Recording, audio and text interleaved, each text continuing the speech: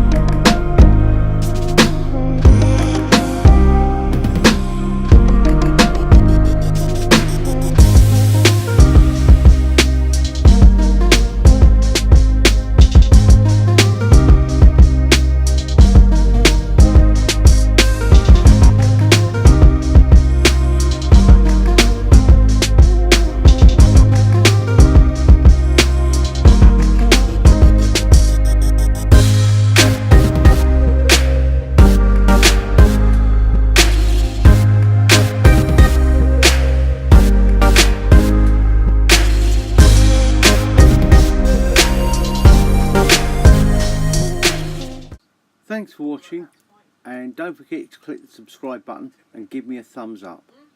and please leave a comment of your favourite place you like to stop over.